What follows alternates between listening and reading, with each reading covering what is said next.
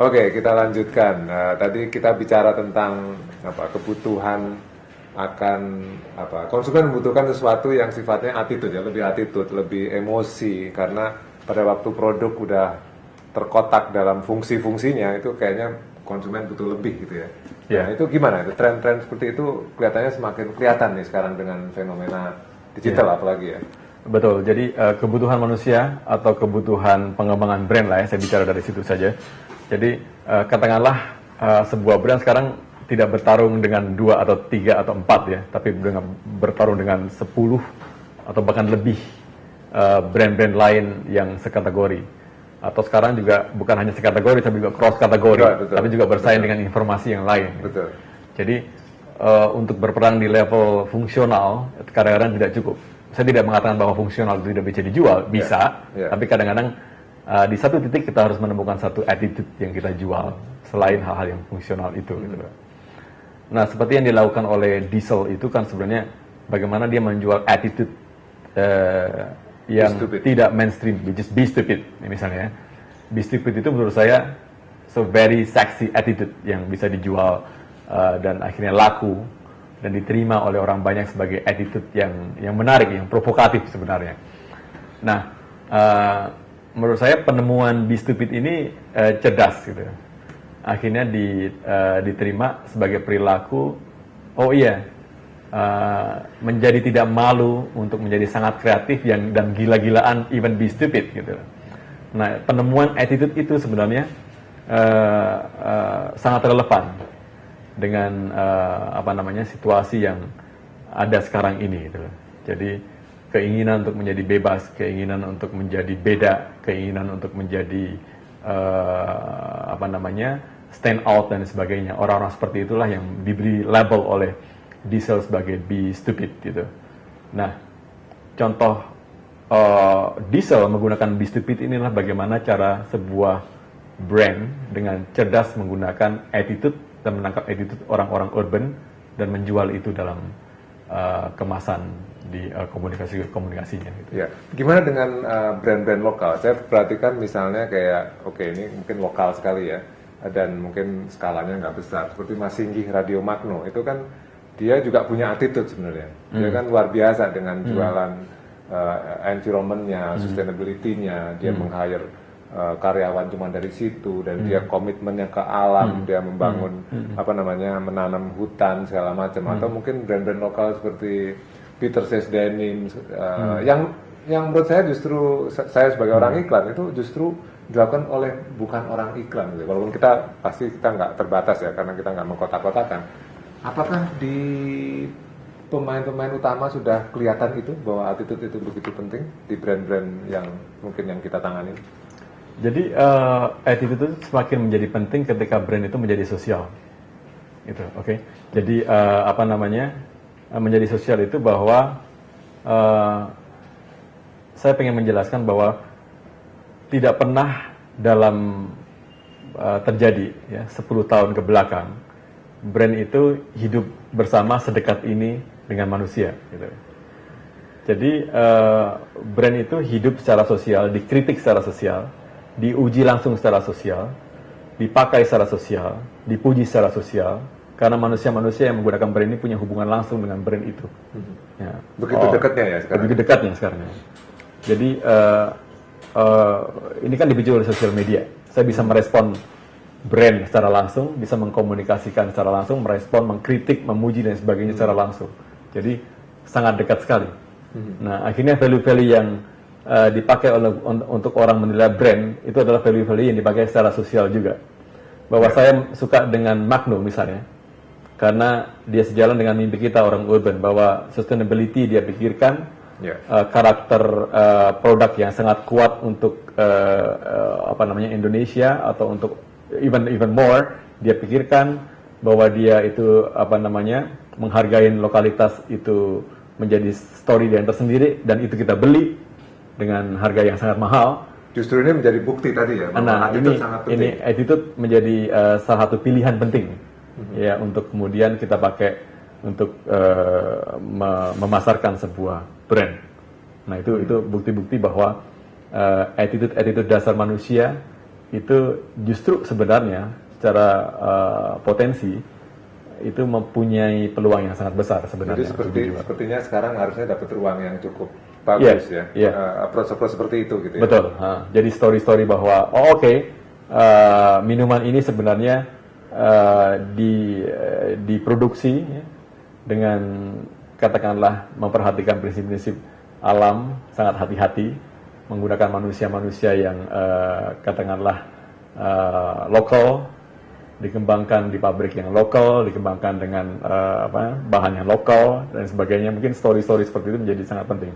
Iya, menurut saya product story menjadi semakin penting. Jadi punya relevansi lah. Kalau kita misalnya googling gitu, harusnya kalau kita buka perusahaan X, disclaimer-nya harusnya cukup jelas, product story-nya cukup jelas, karena itu menjadi misalnya tadi diesel gitu ya, dengan be stupid-nya harus statement story-nya baik itu secara pendek maupun versi panjangnya harus cukup jelas ya. Kelihatannya tuntutan untuk product story semakin besar sekarang. Orang membeli cerita di balik produk itu, dan cerita ini kan bukan hanya bisa dirancang dalam proses komersial yang sangat yang sangat teratur ya, tapi juga what behind story behind the product itu orang juga membeli juga. Jadi story yang diciptakan oleh buzz atau kemudian story yang diciptakan oleh komersial itu sama-sama kuat. Nah, gimana kita mencari perimbangan itu sebenarnya? Artinya di sini peran advertising agency juga berubah ya dalam konteks ini. Karena tadi bisa dua sih. Apakah dia menciptakan story itu atau dia mengadopt story itu? Secara komersial. Bisa seperti itu. Kalau ada sebuah perusahaan tisu yang dikemas secara baik, brand tisu dikemas secara baik ya, kemudian di-deliver ke katakanlah ke above the line di TV, di radio dan sebagainya, karena dia katakanlah tisunya sangat halus, sangat wangi lah misalnya. Kemudian sementara perusahaan pembuat tisu itu adalah perusak hutan terbesar di sebuah negara, saya jamin produk ini tidak akan lama sustainability-nya.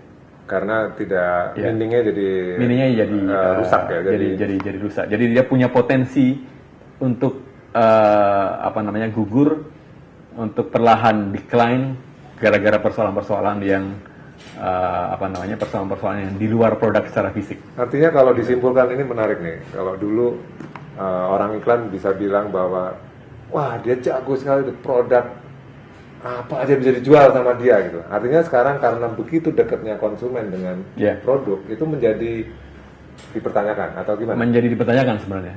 Jadi kita tidak bisa lagi memoles muka sebuah brand dengan bedak yang tipis. Ketika pemikiran brand itu sudah attitude-nya, dasarnya sudah jelek, lama-lama dia akan mundur sendiri dari pasar gitu. Berarti peran agensi harusnya lebih dekat peran lagi? Peran agensi lebih dekat lagi, mencoba menangkap kejujuran brand yang paling utama, esensinya itu, untuk mendekatkan itu dengan manusia. Jadi prinsip-prinsip kejujuran, prinsip-prinsip transparansi yang menjadi basic hidup manusia itu sekarang diperlukan oleh sebuah brand, menempel sekali. Ini menarik sekali nih, kejujuran dan transparansi. Sebenarnya kita sering bicara soal otentitas. Nah, artinya kan produk dan konsumen sekaligus dan iklan itu menjadi sangat manusia ya, kalau kita menjadi sangat manusia. Kalau bisa kita simpulkan, dan tantangannya menjadi lebih nggak semudah yang seperti dulu lah gitu. Kalau kita bombardir pesan, sekarang berubah sama sekali karena respon yang cepat, karena umpan balik yang tidak tertunda ya. Karena manusia semakin punya akses kepada brand yang dihidupkan itu. Nah, ini balik lagi, relationship antara agensi dengan klien itu implikasinya apakah memang taruhlah di Dentsu sudah melaksanakan itu atau gimana? Apakah ada pola hubungan yang ideal dengan adanya perubahan? Paling tidak kita as a consultant atau as orang yang menggali insight terus-menerus, kita punya platform, punya pemikiran bahwa kita akan mencari titik terbaik menemukan brand ini dengan manusia gitu. Apakah kan banyak sekali nilai A, B, C, D yang relevan dengan manusia. Nah, kita cari yang paling tepat, paling relevan, paling jujur, paling paling seiring lah dengan manusia. Nah, itu yang kita pilih sebenarnya. Saya jadi teringat ya kalau kita lihat beberapa agensi yang seksi gitu kan, sekarang berani sekali mereka menyebut we are not advertising agency, kita adalah bla bla bla bla bla bla. Artinya ada spirit bahwa sebagai konsultan berpikirnya udah nggak agensi lagi gitu. Gimana komentarnya? Apakah memang agensi ini udah tidak bisa menjawab lagi kebutuhan? Kayak seperti misalnya contoh yang nyata, Cannes ngedrop bukan lomba kreatif iklan lagi, tapi dia sebagai lomba creativity gitu. Jadi udah melihatnya lebih besar daripada itu gitu. Gimana menurut Janu? Kita sih sekarang lebih ke arah harusnya ya ke solution provider kan sebenarnya kan ya. Memang kalau dulu kan seolah-olah iklan itu bisa menyelesaikan banyak hal, bisa menutupin hal-hal yang buruk tugasnya, kemudian membuat yang merah jadi hitam, yang hitam jadi putih dan sebagainya. Itu sekarang sudah lewat, punah gitu. Udah punah ya, sudah mulai hilang atau semakin lama kan semakin hilang gitu.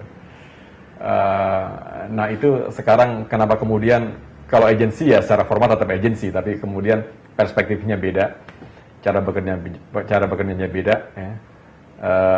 Kalau ada agensi yang meninggalkan term lama, itu karena mereka tidak ingin, nggak pengen disamakan bahwa agensi adalah tukang membuat TV, radio, iklan dan sebagainya. Tapi sekarang mereka lebih ke solution provider misalnya. Teman saya dari Jepang, strategic planning 2 hari yang lalu barusan ketemu saya gitu. Dia kliennya sebuah supermarket di Jepang. Tolong nih supermarketku sepi nih mulai sekarang. Dia solusinya bukan membuat iklan, bukan membuat social media campaign. Dia, kamu tutup aja supermarketmu deh. Kira-kira 4 aja tutup gitu. Nah, 4 itu akhirnya dibuat sebagai laboratorium. Ditutup tapi dipakai sebagai laboratorium sama dia. Solusinya adalah research gitu. Nah, akhirnya mereka menutup supermarket itu beberapa dan dipakai untuk lab. Kira-kira lab dalam arti beneran. Lab beneran. Dia dipajang beberapa blok untuk eksperimen. Ya, ini advertising, ini Dentsu. Teman saya dari Dentsu. Blog untuk eksperimen, kemudian mereka mempelajari perilaku orang, model membeli, memilih dan sebagainya, and then they change the setting akhirnya. Dan akhirnya mereka mempelajari bagaimana mereka berkomunikasi dan sebagainya, akhirnya di set baru dan dibuka lagi. That's it. That's a solution gitu. Jadi advertising tidak bekerja mengenai persoalan-persoalan membuat komunikasi lewat poster, TV, radio, even social media, tapi juga mencoba untuk mendekati dengan cara-cara yang lain juga gitu. Ya, menarik sekali nih. Mungkin kita cut sebentar, nanti kita lanjutkan.